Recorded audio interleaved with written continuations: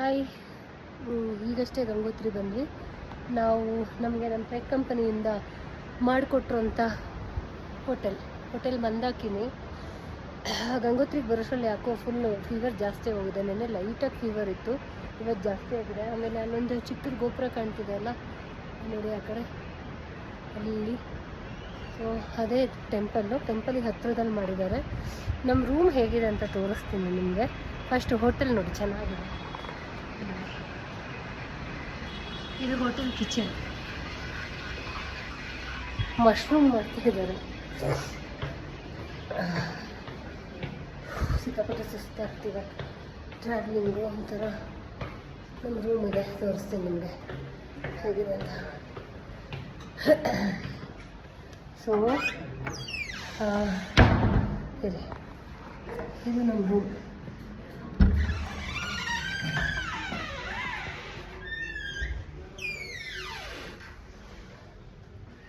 ನೀಟಾಗಿದೆ.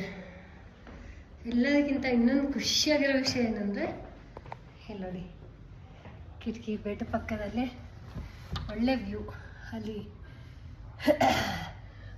ಗಂಗಾ ನದಿ, ಭಾಗೀರಥಿ ನದಿ ಹರಿಯೋದು ಕಾಣುತ್ತೆ.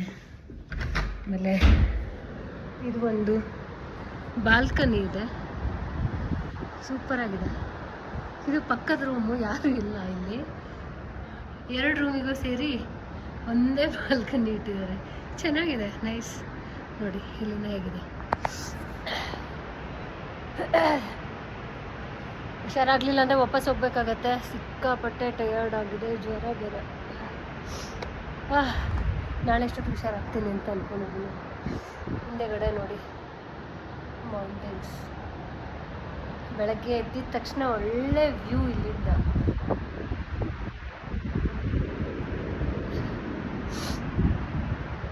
ಸಖತ್ತಾಗಿದೆ ಅಲ್ವಾ? ರೂಮಿಂದ ಒಳ್ಳೆ ಬಾಲ್ಕನಿ. ಫಸ್ಟ್ ಟೈಮ್ ಈ ಥರ 4-5 ಸರಿ ಇದಕ್ಕೆ ಗಂಗೋತ್ರಿಗೆ ಬಂದರು. ಫಸ್ಟ್ ಟೈಮ್ ಈ ಥರ ಒಳ್ಳೆ ರೂಮ್ ಸಿಕ್ಕಿದ್ದು.